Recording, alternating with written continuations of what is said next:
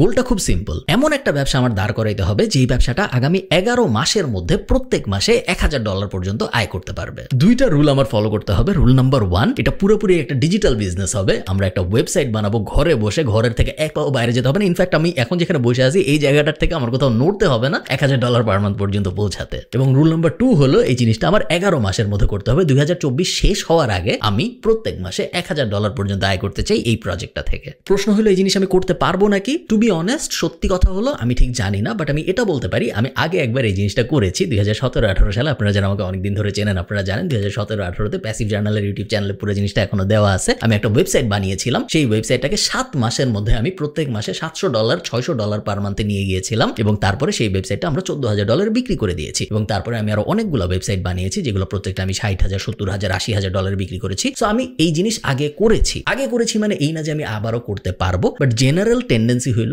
একবার যেহেতু করতে পেরেছি তাও 4 বছর আগে, 4 বছর পরে এখন যেহেতু আমি আরো অনেক ম্যাচিউরড, আরো অনেক কিছু জানি, তো এখন আমার আবার করতে পারা উচিত। নেগেটিভ যে ব্যাপারটা সেটা হলো 4 বছর আগে ইন্ডাস্ট্রি যেরকম ছিল, 4 বছর আগে সবকিছু যেরকম সহজ ছিল, এখন সেরকম সবকিছু সহজ নাই। সো সবকিছু যে সহজ নাই এটা একটা নেগেটিভ। আমার এক্সপিরিয়েন্স বাড়ছে, এটা একটা পজিটিভ। পজিটিভ এবং নেগেটিভের মধ্যে কোনটার পাওয়ার সবচেয়ে বেশি হবে এটা আমি জানি না। ইনফ্যাক্ট জিনিসটা আমি কি টপিক নিয়ে করবো, বিজনেসটা কোন টপিকের উপর দাঁড়াবে সেটাও আমি এই মুহূর্ত পর্যন্ত জানি না, বাট 11 মাসে আমি এই জিনিসটা করতে চাই, এটাই একটা চ্যালেঞ্জ। আমি আপনাদের একটু ভেঙে বোঝাই নাম্বারগুলো, তাহলে আপনাদের বুঝতে সুবিধা হবে। আমি এখানে লিখে রাখছি। জেনারেলি একটা ওয়েবসাইট যখন আপনি দাঁড় করান, একটা ব্লগ যখন আপনি দাঁড় করান, সেটা যদি ইন্টারন্যাশনাল ট্রাফিক পায়, বাংলাদেশি ট্রাফিক না, ইন্টারন্যাশনাল ট্রাফিক যদি পায়, তাহলে প্রত্যেক 1000 ভিজিটরের জন্য আপনি $12 মতো আরপিএম এক্সপেক্ট করতে পারেন। আরপিএম মানে হলো রেভিনিউ পার মাইল। প্রত্যেক 1000 ভিজিটর আপনার ওয়েবসাইটের কোনো একটা পেজে আসলে গুগল বা আপনি যে অ্যাড প্রোগ্রামের সাথে আছেন সে আপনাকে কত টাকা দেয় ওটাকে আরপিএম বলে। এবং প্রত্যেক 1000 ভিজিটরের জন্য $12 আই থিঙ্ক ফেয়ার অ্যান্ড খুবই স্ট্যান্ডার্ড একটা রেট। সাধারণত এর থেকে আর অনেক বেশি পাওয়া যায় ডিপেন্ডিং অন আপনি কোন টপিকের উপর আপনার ওয়েবসাইট বানাচ্ছেন। তো আমি যদি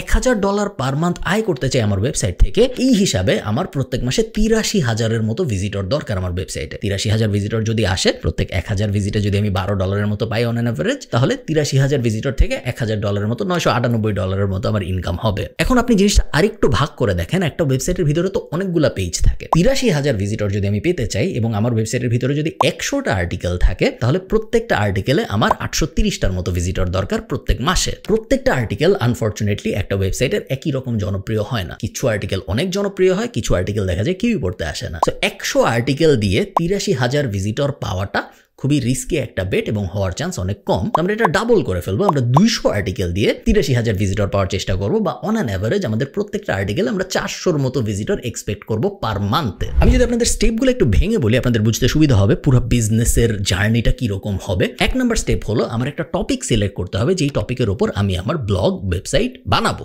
টপিকটার 3টা কোয়ালিটি থাকতে হবে, যে 3টা কোয়ালিটি না থাকলে এই টপিকটা আমি চুজ করতে পারবো না। 1 নম্বর কোয়ালিটি হলো এই টপিকটা কোনো ট্রেন্ডি টপিক হওয়া যাবে না। এমন কোনো টপিক হওয়া যাবে না যেটা নিয়ে আজকে মানুষের অনেক আগ্রহ, বাট 6 মাস পরে যে মানুষের আর আগ্রহ থাকবে না। যেমন ফুটবল ওয়ার্ল্ড কাপ যখন হয় তখন মানুষের অনেক আগ্রহ থাকে, কিন্তু তারপরে মানুষের গুগলে সার্চ করে না ওই ব্যাপার নিয়ে। বা কোভিড যখন হয় তখন মানুষের অনেক আগ্রহ থাকে, বাট কিছুদিন পরে যে মানুষের ওই আগ্রহ চলে যায়। বা ফিজেট স্পিনার একসময় অনেক আগ্রহ থাকে, বাট ইভেনচুয়ালি ওই আগ্রহ চলে যায়। ট্রেন্ডি টপিকের উপর আমরা আমাদের ব্লগ বা ওয়েবসাইট বানাবো না। সেকেন্ড, আমরা এমন একটা টপিক চাই যেটার গ্লোবাল ইন্টারেস্ট আছে, ন্যাশনাল ইন্টারেস্ট না। আমরা ক্রিকেট নিয়ে ওয়েবসাইট বানাবো না, কারণ ক্রিকেট এমন একটা জিনিস না যেটার গ্লোবাল ইন্টারেস্ট আছে। বাংলাদেশে অনেক ইন্টারেস্ট, ইন্ডিয়ায় অনেক ইন্টারেস্ট, বাট বাকি দুনিয়ার কথা চিন্তা করলে ক্রিকেট নিয়ে মানুষ অনেক গুগলে রিসার্চ করে না। সো ক্রিকেট একটা বাজে টপিক। বাংলাদেশি পলিটিক্স, বাংলাদেশে অনেক ইন্টারেস্ট, বাট এর বাইরে পুরো দুনিয়ায় খুব বেশি আগ্রহ নাই বাংলাদেশের পলিটিক্সে কি হচ্ছে তা নিয়ে বাকি দুনিয়ার মানুষের। আমাদের এমন টপিক সিলেক্ট করতে হবে যেটার গ্লোবাল ইন্টারেস্ট আছে। এবং থার্ড, এমন ট্রাফিক আমার আনতে হবে যেই ট্রাফিকের কোনো কিছু কেনার সামর্থ্য আছে। মনে করেন আমি আমার ওয়েবসাইট বানাইলাম বাচ্চাদের কার্টুন নিয়ে,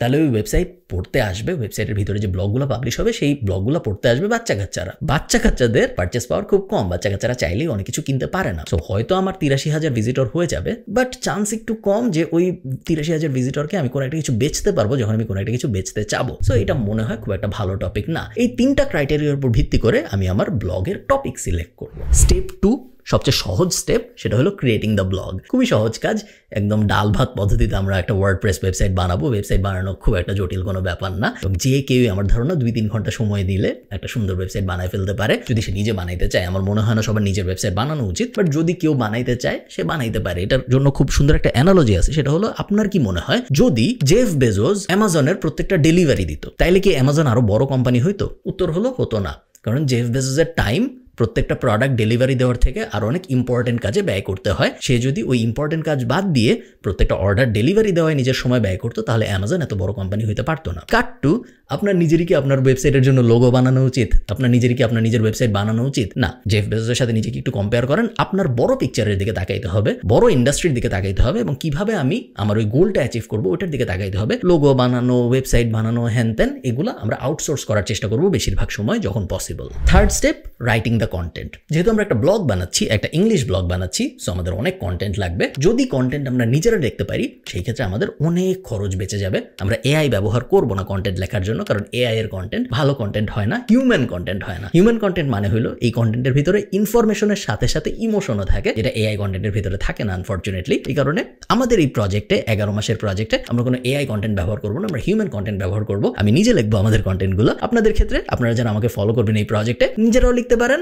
নিজেরা যদি না লেখেন, আমি কিছু স্ট্র্যাটেজি শেয়ার করবো যেখানে আপনি অন্য কারোর সাথে কোলাবোরেশনও করতে পারেন, এবং কোনো জায়গা থেকে আপনি যদি কন্টেন্ট রাইটার হায়ার করতে চান, কিভাবে হায়ার করতে হবে, তাদের কি ক্রাইটেরিয়া দিতে হবে, সেগুলো আমি আপনাদের শিখাই দিব। Fourth stage, marketing. কন্টেন্ট দেওয়া হয়ে গেছে, আমাদের ওয়েবসাইট লাইভ হয়ে গেছে, এখন ওয়েবসাইটে তো মানুষ আসতে হবে। মানুষকে কিভাবে আনবো? মার্কেটিং এর মাধ্যমে। এবং মার্কেটিং এর জন্য আমাদের যে প্রাইমারি মেথডটা আমরা ইউজ করবো সেটা হলো এসইও। এসইও আপনারা যারা জানেন না কি, এসইও মানে হলো সার্চ ইঞ্জিন অপটিমাইজেশন। গুগলে কোনো কিছু লিখে সার্চ দিলে গুগলের প্রথম পেজে কোন রেজাল্ট আসবে, এটা ইনফ্লুয়েন্স করার যে পদ্ধতি, কোন রেজাল্ট গুগলের প্রথম পেজে আসবে, কোন রেজাল্ট উপরে আসবে, তারপরে কোন রেজাল্ট আসবে, এই পুরো ব্যাপারটাকে বলা হয় এসইও। এবং এই পুরো জার্নিতে আমরা এসইওর একদম আগা থেকে শুরু করে মাথা পর্যন্ত, এ থেকে শুরু করে জেড পর্যন্ত পুরো ব্যাপারটা শিখে যাব। কারণ আমরা আমাদের নিজেদের যে ব্লগ পোস্টগুলো আমরা লিখবো, সেগুলাকেই গুগলের প্রথম পেজে আনবো এসইও করে। একদম প্র্যাকটিক্যালি আমরা পুরো জিনিসটা করব। শুধু যে এসইও করবো তা না, ডিপেন্ডিং অন দ্য সিচুয়েশন, কিরকম প্রজেক্ট আমরা শুরু করতেছি, যেহেতু আমি এই মুহূর্তে জানি না কিরকম প্রজেক্ট, কি ওয়েবসাইট হবে, কোন টপিকের উপরে হবে, এগুলো যেহেতু এখন আমি জানি না, তো এই মুহূর্তে আমি বলতে পারতেছি না। বাট হয়তো আমরা একটু পেইড অ্যাডও টাচ করতে পারি। সেটা হতে পারে ফেসবুক অ্যাড, সেটা হতে পারে গুগল অ্যাড, সেটা হতে পারে টুইটার অ্যাড, অথবা পিন্টারেস্ট অ্যাড,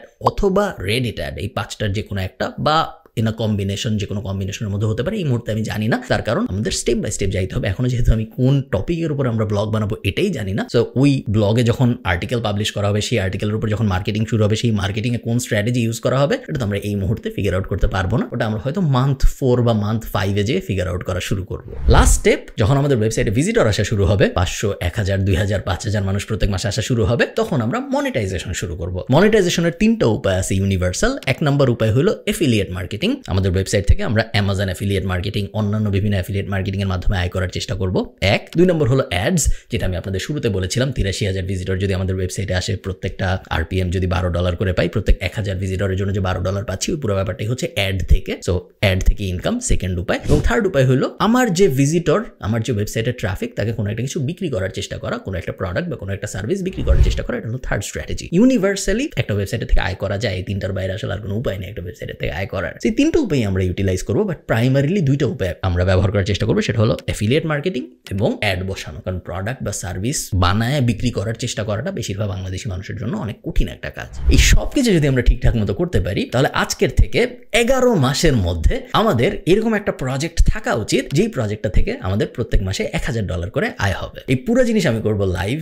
এই মুহূর্তে আমার কোনো ধারণাই নাই ব্লগ হবে কোন টপিকের উপরে। এই মুহূর্তে আমি কিচ্ছু জানি না, আমি কোনো কিছু কিনিও নাই, জাস্ট এই ভিডিওটা রেকর্ড করছি এবং কিছু বেস আইডিয়া আছে, পুরো জিনিসটা স্ট্রাকচার করার চেষ্টা করছি আমি মাথার মধ্যে। বাট পুরো জিনিসটা আমি লাইভ করবো, পুরো জিনিসটা আমি আমার ল্যাপটপে রেকর্ড করে করে দেখাবো, ঠিক 2017-18 সালে যেরকম করেছিলাম ওই রকমই, জাস্ট অ্যাডভান্স। এবং আপনারা যারা আমার সাথে এই পুরো জার্নিতে জয়েন করতে চান, প্রত্যেক সপ্তাহে আমি একটা করে ভিডিও পাবলিশ করবো প্যাসিভ জার্নাল ড্যাশবোর্ডের ভিতরে। আপনারা যারা অলরেডি প্যাসিভ জার্নালের মেম্বার, তাদের আর কিছু করতে হবে না, আপনাদের ড্যাশবোর্ডে ফেব্রুয়ারির 1 তারিখ থেকে চলে আসা শুরু করবে এই ভিডিওগুলো। যারা প্যাসিভ জার্নালের মেম্বার না, তাদেরকে আমি এখন বলবো, আপনারা যদি চান আমার সাথে এই জার্নিতে জয়েন করতে, আপনারা প্যাসিভ জার্নালে জয়েন করতে পারেন। passivjournal.com এ যে আমি উপরে নিচে কোথাও লিঙ্ক দিয়ে দিব।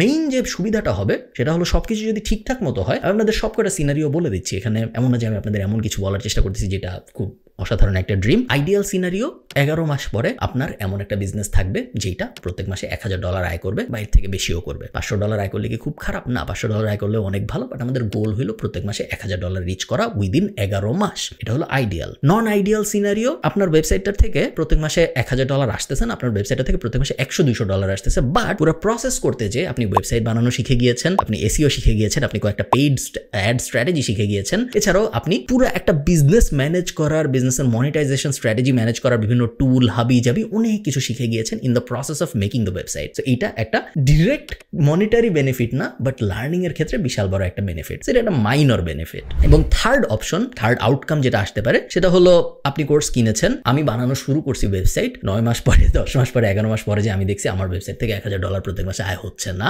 ইনফ্যাক্ট আমার ওয়েবসাইট থেকে কোনো টাকায় আয় হচ্ছে না। এরকম যদি হয় যে আমার ওয়েবসাইটের থেকে কোনো টাকায় আয় হচ্ছে না, গত 11 মাস আপনারা আমাকে ফলো করে যা যা করছেন পুরাটাই বৃথা, কারণ আমি নিজেই আমার প্রজেক্ট থেকে কোনো টাকা আয় করতে পারিনি। সো আপনারা কি করবেন, সেই ক্ষেত্রে আপনি একটা 100% রিফান্ড পেয়ে যাবেন। বাট আশা করতেছি এরকম হবে না, কনফিডেন্স পাচ্ছি, তার কারণ আগে আমি এই জিনিস করতে পেরেছি। আবারও বলি, আগে করতে পেরেছি মানেই যে আবার করতে পারবো তা না, নাও পারতে পারি। ইটস আ বিজনেসের ক্ষেত্রে কখন কি হয় এটা প্রেডিক্ট করা খুব ডিফিকাল্ট। সো আমি কোনো এটা প্রেডিক্ট করে ক্রেডিট নেওয়ার চেষ্টা করবো না, কারণ আমি নিজেও আসলে জানি না। এবং আপনি করতে পারবেন এটার আমি কোনো গ্যারান্টি দিচ্ছি না। আমি করার চেষ্টা করবো এবং হয়তো আমি করতে পারবো। এমনও হইতে পারে আমি করতে পারছি, আমাকে পুরা ফলো করে আপনি করতে পারেন নাই, হইতেই পারে, সবাই পারে না। প্যাসিভ জার্নালে 18,000-এর মতো মেম্বার আছে, সাকসেসফুল মেম্বার যারা কনসিস্টেন্টলি অনেক টাকা আয় করতেছে। এরকম হয়তো 1,000, 2,000, 3,000, 15-16,000, 13-14,000 মেম্বার আসলে অনেক টাকা আয় করে না। তারা হয়তো চাকরি করে, তারা অনেকে হয়তো ফ্রিল্যান্স প্রজেক্ট করে, ফুল টাইম এখনো ইন্টারনেট এন্টারপ্রেনারশিপের দিকে যারা যাইতে পারে নাই। যদি এমন হইতো যে আমি একটা ওষুধ আবিষ্কার করছি যে ওষুধ খাইলে সবাই সবকিছু পারে, তাহলে 18,000 মানুষই সাকসেসফুল হইতো। আনফরচুনেটলি ওইটা না। So don't take this as like a sure shot medicine যেটা দিয়ে আপনার জীবন বদলায় যাবেই যাবে, but I think will be a worthwhile investment. এটা করাতে আপনার লস হওয়ার চান্স অনেক কম, তার কারণ একদমই কোনো কিছু যদি না হয় আপনি অনেক কিছু শিখে বের হবেন 11 মাসের মধ্যে। আগামী 11 মাসের প্রত্যেক সপ্তাহের জার্নিতে আমি আপনাকে আমার সাথে চাই। আপনি যদি জয়েন করতে চান, উপরে নিচে কোথাও বেসিক জার্নালের সব বিস্তারিত দেওয়া থাকবে, জয়েন করে ফেলতে পারেন। পুরো জিনিসটা শুরু হচ্ছে ফেব্রুয়ারি 1, 2024 থেকে। আপনার জয়েন করতে হবে ফেব্রুয়ারির 1, 2024-এর আগে। টাটা।